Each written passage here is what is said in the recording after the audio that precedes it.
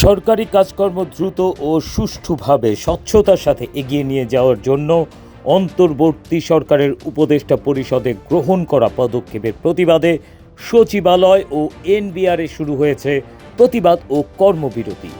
এর ফলে কার্যত দেশের সরকারি কার্যক্রম স্থবির হয়ে গেছে। আজ সকালে সচিবালয়ে শত শত কর্মচারী দপ্তর ছেড়ে নিচে নেমে মিছিলে যোগ দিয়ে মিছিল থেকে স্লোগান দিচ্ছে, অবৈধ কালো আইন মানব না। মিছিল থেকে সচিবালয়ের ভেতরে বিভিন্ন এলাকা প্রদক্ষিণ করছেন তারা। অন্যদিকে জাতীয় রাজস্ব বোর্ড এনবিআর বিলুপ্তির অধ্যাদেশ জারির প্রতিবাদে আগারগাঁওয়ের এনবিআর ভবনে কর্মবিরতি কর্মসূচি চলছে। বেশিরভাগ শুল্ক কর কর্মকর্তা কর্মচারী এনবিআরের নিচতলার প্রধান ফটকের পাশেই অবস্থান নিয়েছেন। বন্ধ রয়েছে প্রবেশের প্রধান দুই ফটক। আজ রোববার সকাল 9টা থেকেই এই পরিস্থিতি চলছে। এ কারণে এনবিআরের কার্যক্রম কার্যত বন্ধ রয়েছে। কয়েকদিন ধরেই এনবিআরের সংস্কার ঐক্য পরিষদের ব্যানারে এই আন্দোলন চলছে। এনবিআর ও অভ্যন্তরীণ সম্পদ বিভাগ বিলুপ্ত করে রাজস্ব নীতি ও রাজস্ব ব্যবস্থাপনা বিভাগ নামে দুটি বিভাগ করে 12 মে অধ্যাদেশ জারি করে সরকার। এরপর থেকে এর প্রতিবাদ করে আসছেন রাজস্ব বোর্ডের কর্মকর্তা কর্মচারীরা। গতকাল বিকেলে আগামী 2 দিনের কর্মসূচি ঘোষণা করে এনবিআর সংস্কার ঐক্য পরিষদ।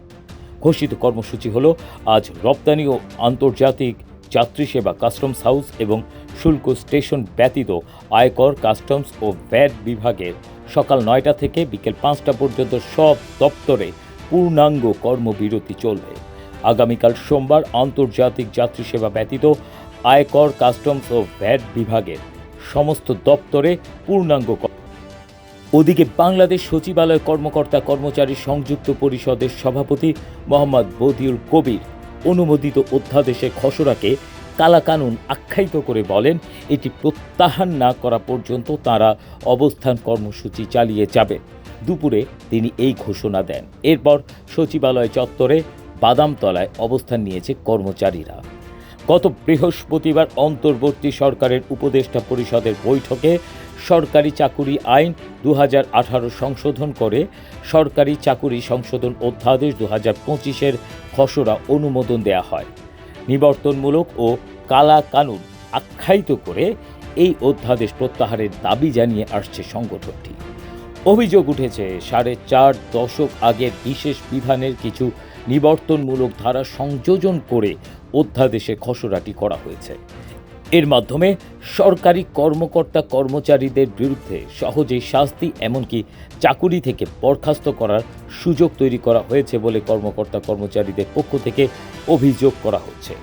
অধ্যাদেশে খসড়াটি সংবিধানের সাথে সাংঘর্ষিক আখ্যায়িত করে তা পুনর্বিবেচনারও দাবি করছেন কর্মচারীরা।